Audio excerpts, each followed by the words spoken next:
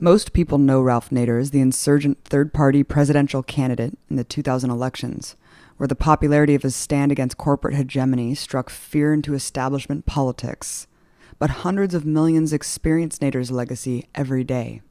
Most notably, how virtually every automobile safety measure, from seatbelts to airbags, is the product of his relentless campaign against auto industry giants, saving millions of lives. A longtime political figure and consumer advocate with a unique experience fighting from the center of Washington, I wanted to hear what he had to say about today's political climate. So your main focus early on, of course, in your political career was the auto industry, where you heavily critiqued their safety standards. General Motors went after you pretty hard. I wanted you to outline the insane tactics that the industry employed against you. Well, they had a habit. They had hired former FBI agents who retire on their security staff. So anybody who criticized them and got it through the media, they'd send a detective to get dirt on them. So I guess I was just in line, and they sent detectives to trail me. They trailed me to Iowa, where the Attorney General of Iowa was holding auto safety hearings. They stubbed their toe, though, when they trailed me up to the new Senate office building. I was scheduled to testify before Congress in a few days. And you see, if you obstruct a congressional witness, that's a felony. So the guard caught them, and Senator Rivkoff had hearings. Senator Bobby Kennedy was on the show, on the hearings rather, and they summoned the president of General Motors, who admitted it. And that created a huge wave to enact the 1966 Motor Vehicle and Highway Safety Laws, which irregularly enforced have saved over 3 million lives. How hard would it be to pass similar legislation today? It would be hard because there have now been like 65 million cars recalled in the last couple of years from domestic and foreign manufacturers, Toyota, Honda, General Motors, VW, Diesel. And it still is not enough to get bills sponsored by Senator Blumenthal, Senator Markey, to put the criminal penalty in the Auto Safety Act. They got it out of it in 1966. That's one of the battles we lost. So for willful and knowing sale of defective motor vehicles that are killing and injuring people, there's no criminal penalty. But it's not moving in Congress. So this is the worst Congress probably in well over a century in terms of being indentured both to a rigid ideology that is enslaved by corporatism, giant corporate power. We should never use the word government unless we use the word corporate government, because Wall Street has taken over Washington more than any time in our history. They put their high executives in government positions like Secretary of Treasury, Secretary of Defense. They fund both parties in terms of campaign contributions. They've got tons of lobbyists working full time while the consumer and worker has very few. So they turn the government against its own people, because the one force that can prosecute these big corporations, that can countervail them, that can expose them is the government. So they're working overtime decade after decade to create the corporate state. Let's talk about your experience running for president. Michael Moore endorsed you. I remember at your rally, he said the lesser of two evils is still evil. He's up there, and then him and Bill Maher on their knees, embarrassingly groveling to you, begging for you not to run in 2004. What happened? Oh, they got cold feet, to put it metaphorically. What happened was that they saw the Green Party, in their interpretation, as, quote, taking enough votes to throw the election to the Republicans in Florida. But of course, that's factually deprived, because as Al Gore is the first to realize, there are all kinds of sine qua non reasons he lost the election. He lost his home state of Tennessee. Who would do that? He didn't allow Clinton to campaign in Arkansas. Just if he got Arkansas, he'd be president. And in Florida, all kinds of shenanigans, as we know, fiddling around with thousands of people and labeling them ex-felons, couldn't vote because they had names like ex-felons did, the butterfly ballot, the shenanigans in southern Florida, the Supreme Court ruling Republican 5, Democrat 4, 5-4 to stop the Florida Supreme Court from continuing the recount, and on and on. And, you know, he knows why he lost. You never say, oh, the Green Party took votes away. I think Bush took more votes away from Gore, right? They like to use the third parties as a scapegoat, so they don't like to look at themselves in the mirror, because the Democrats have been dialing for the same dollars. They're indentured to the same corporate interests. They become very cautious, and they can't even make an issue out of one bad vote after another that the Republicans pass through the House of Representatives, because, oh, we might not get this $50,000 from this interest, or 100,000. So they wouldn't even go forward with the minimum wage, which is the cardinal issue of the Democratic Party going back to Franklin Delano Roosevelt until a few years ago. Now they're sort of timid about it.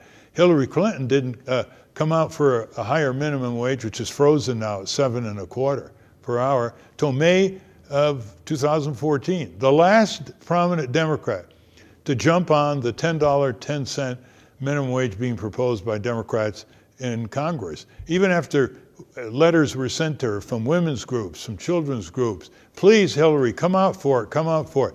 She was deemed having to figure out how can she maintain her contacts with Wall Street and yet come out for this constituency that she claims she's been championing, single mothers and children, who are the worst victims of a frozen minimum wage. Yeah, and of course, none of the minimum wage stuff would have happened without the massive grassroots campaign, you know, the Fight for 15. So that's really why. And by the way, that teaches us another lesson. It's not that massive. It's less than the population of New Britain.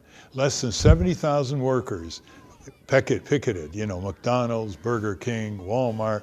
Then we had some think tanks and our groups, for example, putting out the materials, and then the press covering it. Look, they've turned the thing around. Congress hasn't yet got the message, but a lot of cities and states are increasing the minimum wage. They've turned it around, and I keep saying it's a lot easier than we think to turn it around. When you're pushing for a good change for our country that's supported by a majority of the people, left-right support by workers on minimum wage increase, for example, it doesn't take that many people to turn it around. Back to the election and this kind of rhetoric that reinforces the two-party dictatorship. You know, it's funny that people don't blame the antiquated Electoral College. They don't blame Gore for not fighting the Supreme Court on that decision more. Do you just feel like punching people in the face when they still tell you that they blame you? I mean, it's just unbelievable. Well, you can't argue with them because they don't want to listen. They'll come up to you and they'll say, you cost Gore the election. And I say, well, let's discuss it. And they just walk away. It's a total closed mind. You see, because it's what I call one-step thinking, which is impulsive. They don't go and say, oh, really? How many other conditions, any one of which he had control of, that was bungled by the Democratic Party, which would have put him in the White House. But take the Electoral College. There's a man in San Francisco. He runs a foundation, Steve Silberstein. He decided a few years ago to hire 6 or 7 people full-time and get rid of the Electoral College. Not by constitutional amendment, by just getting one state after another passing a law saying that we will throw our electoral votes to whoever wins the national vote. The moment enough states pass these laws to get to 270 electoral votes, that's all you need to win, you know, the presidency. Well, he's at 165. He's gotten California to pass the law, New York to pass the law, Maryland to pass the law. And if he gets to 270, never again will a presidential candidate come in second in the popular vote and win the election. What other country allows that kind of bizarre result? Now, this is just one person and a half a dozen full-time people. That's incredible. It's easier than we think to turn it around. Well, how much is the entire electoral process rigged from top to bottom as someone who is on the inside for so long? And, I mean, the Electoral College is just obviously one facet of that. Hugely rigged. First of all, do you ever see a country that calls itself a democracy where the politicians pick the voters instead of the voters pick the politicians. That's called gerrymandering. So if the Democrats dominate one state politically or Republicans dominate another, they carve it up with their computers, look like snakes, the congressional districts, so that they can more likely win. That should be a crime. The politicians pick the voters, whoever happens to win the governorship in the state legislature. A second is they keep all challengers off the debates, third-party challengers. Therefore, there's no competitive democracy. Without a competitive democracy, you can't have a democracy. Third, they're not changing the role of money in politics. And so they're dialing for the same dollars, Republican, Democrat. They dial for Walmart dollars, Exxon dollars. They dial for banking dollars, insurance dollars. So, he who pays the piper plays the tune. The fourth is that they crush the third parties from getting on the ballot. It's all exhausting to get on the ballot in most states. Some states are okay, they're pretty easy. New Jersey, Tennessee, pretty easy. But try North Carolina, try Texas, try California, even Virginia, very, very hard to get on the ballot. So if candidates can't get on the ballot, that means voters don't have enough choices. So the rights of candidates to get on the ballot provides meaning for the voter because they can have choice of candidate and agenda. That's just the beginning of how our electoral system has been rigged by a two-party duopoly or a two-party dictatorship. When did they change the rules about the debates? Well, the debates used to be run until 1988 by the League of Women Voters. And the two parties thought that the League was too uppity. It wasn't controlled enough. So they created a commission on presidential debates. Sounds official, it's just a private corporation, a toy in the hands of the two parties, Republican, Democrat. And guess what? They decide, the two parties decide, one, how many debates there are going to be, so they only have about 3. They decide what reporters to pick, which in effect pretty much decides what kind of questions are going to be asked. They decide who's going to fund it. And Anheuser-Busch is one funder, AT&T is another funder, Ford Motor Company. It's hard to make it up, right? And as a result, they keep third parties from having a chance to have a chance. Third-party candidates cannot grow. I mean, I campaigned in 2000. I filled every major stadium. I mean, every major convention hall, like the Boston Garden, Madison Square Garden, the Target Center, and Minneapolis, and others. And I only reached 2% of the people that I could have reached had I been on just one of the 3 debates. National polls, including the Fox poll, had me to be on the debates. They supported me and Pat Buchanan to get on the debates. Maybe they wouldn't be voting for us, but they didn't want to fall asleep. So Bernie Sanders has already said that he will endorse Hillary Clinton at the end of the day, and also that he won't run as an independent. It seems like that's pretty crazy considering his swell of support. Why do you think he would do that? Well, he wants to hold on to his committee assignments because he's getting seniority now. He doesn't want to be ostracized. He's often said, I don't want to do what Ralph Nader did. He made a bad mistake when he was asked a few months ago, are you going to endorse the Democratic nominee? He said, I always endorse the Democratic nominee for president. What he should have said is, it depends on who the nominee is. So he lost his bargaining chips, in effect. And he probably knows that the Democratic Party machinery is controlled by the Clintons. The primary details and procedures and all that is heavily in the Clintons' hands, and that he's going to just change the conversation in the country, pay attention to Main Street over Wall Street, drug prices, other things like that, minimum wage increase, stronger unions. And by April, he's done. And what is he going to do? He's got millions of people supporting him. He's got more money than any other insurgent candidate has ever had. He'll probably end up raising $80 million, which is way more than he ever dreamed. And suddenly, he's up there on the stage holding Hillary, saying, I, Bernie Sanders, endorse Hillary Clinton. What is that going to do to all these millions of people? Many of them young people. They're going to move into, cynicism, withdrawal, disgust. It may actually damage the voter turnout. What I would suggest his followers do is basically say, Bernie, you are not going to endorse Hillary Clinton until she endorses your agenda. And she endorses it specifically, not with vague rhetoric. She says she's going to move for congressional hearings. She's going to have a deadline at when she is going to make certain proposals. And she's going to have regular meetings with your progressive constituency and not be a bubble, surrounded by a bubble in the White House. That's the least that can be done, but I doubt whether it will be done. I mean, that's what we see right now. It all depends what his supporters do quickly, not wait until all the primaries. They don't have that many weeks left to condition Bernie Sanders. If he doesn't make it, if he doesn't defeat Hillary, he's got to condition his endorsement on the basis of this agenda. And he can give her 10 weeks to think about it. He can hold up. He can. All these unions are running to endorse Hillary. They have no bargaining power. Right. SEIU just endorsed them. The AFSCME is going to endorse them. Well, for heaven's sake, why don't you say to Hillary, unless you come out to repeal the Taft-Hartley Act of 1947, which is an albatross around labor's neck, the worst anti-labor law in the Western world, we are not going to endorse you. No, they just give it all in, lose all their bargaining power. She never looks back. So people have got to become more demanding as voters long before Election Day. Absolutely. And Hillary Clinton is really poised to be the next president of the United States, shockingly enough. I mean, before we get into her, how do you feel just about looking at the political landscape today? Are you just abhorred?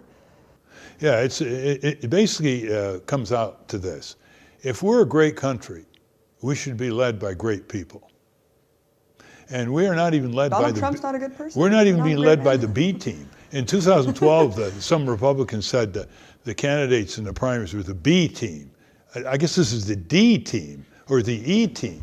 That we have these candidates who are like pulling each other down. Instead of Kasich, separating themselves. It's like, who's going to make the most outrageous thing on refugees or on ISIS or on military expansion or on Wall Street tax deductions?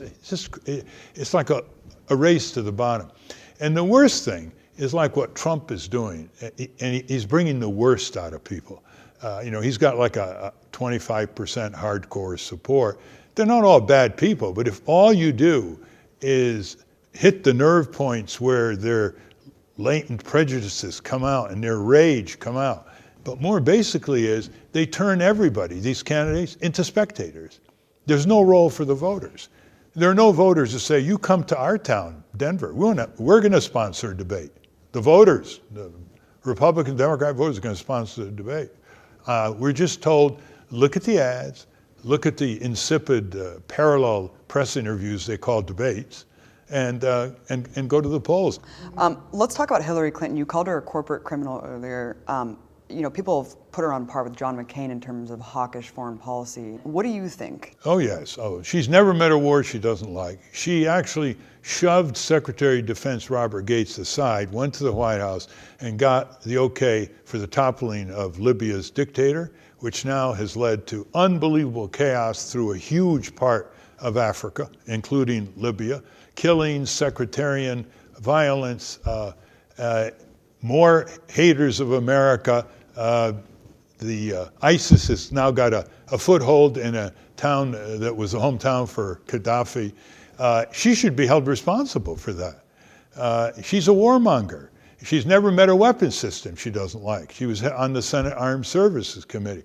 And as far as Wall Street, she's Wall Street's messenger. She's Wall Street's champion. She, got huge speech fees from Goldman Sachs, which is engaged in corporate criminal activity over time, and produces the Secretary of Treasury from time to time and other high government officials. So she's a militarist and a corporatist, really deep. Not what she was when she got out of Wellesley, or she was a young lawyer for civil rights, or on the Watergate Committee. She's completely changed. It's the blind ambition of seeking power. And so you're going to have more wars. She's the one who spearheaded the pivot to Asia, which is basically forced projection against China, goading China so they enter into an arms race. She's never going to be the president of a peace race. This idea, as the first woman president, What does that mean? Right. I mean, you want that to mean something. You don't want it to mean inheriting the male-dominated machismo of the military-industrial complex, which she has gone full-fledged in support of. Under what legal pretense is the Clinton Foundation operating in where you can actually receive hundreds of millions of dollars from Gulf monarchies and then just have it cycled through your foundation and still be a legitimate political contender? It's not just Gulf monarchies. It's a pretty sleazy mining magnates in working in Central Asia, out of Canada. The book by Peter Schweitzer, it came out in early 2015, called Clinton Cash, has this triangle you pointed out. That is $200,000, $500,000 speeches in foreign lands because these countries or their mining magnates or others, they want something from Hillary Clinton, who's Secretary of State and may have to produce permits. It's that triangle. And in this book, Clinton Cash, he points it out again and again and naming names and meetings and dates. Bill Clinton's speeches began declining after a few years from the White House, like most presidents do. But they took a huge surge upward when she became Secretary of State. And so you got these mining magnates saying, okay, we want something from Hillary, throw $1 million or $2 million to the Clinton Foundation. But it just shows how the Clintons think they're above the law. They're above ethical standards. They can always get away with it because they're so fluent with their rationalizations and their evasions. This is where the country's going to end up for 4 or 8 years. Bill as the house husband, the White House presence of Bill Clinton and Hillary Clinton. What do they have really to offer the country? They can't even come out for some of the most fundamental changes. They supported the deregulation of Wall Street, for example. What do they have to offer the country? They're full of cronies all around them. Contracts given, to their cronies, high positions. Seems like Hillary just thinks it's her due time. Yeah, of course. I mean, she's very cleverly every day is saying, elect me, I'm going to be the first woman president. It's like anything else. I advocated for women's rights back in the 1950s, so I have a long history of it, and for African American rights when I was in law school. But I always thought this, Abby, that freeing African Americans and women for full opportunity should be more than just an upward career move. It should convey something substantive in terms of democratizing power and advancing justice. If Trump wins the nomination, God forbid, and then you have Hillary Clinton, as the Democratic frontrunner, what is your response to people who will inevitably say time and again and guilt everyone into voting for Hillary because how could we let Trump become president? Well, I don't think Trump's going to be the nominee because, first of all, he's going to push the envelope too far in some of these rallies and throw people out, and they may get hurt, and it just gets more turbulent. And then you start seeing, is this the brown shirts, from fascist Europe? He's got to be very careful, and sometimes he can't help himself. He can't control himself. So also, there's more to come out of his business dealings. There's more to come out from his background. He's not completely Teflon. He can't completely overtalk people when they're accusing him something, interview on Meet the Press or whatever.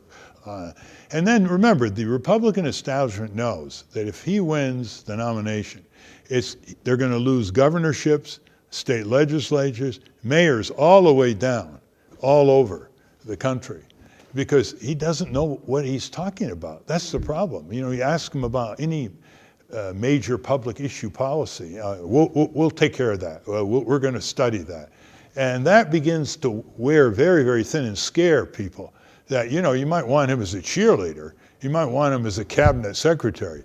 But you want someone with that temperament as the president of the United States. So a message to people who are going to say the lesser of two evils, anyone but the GOP.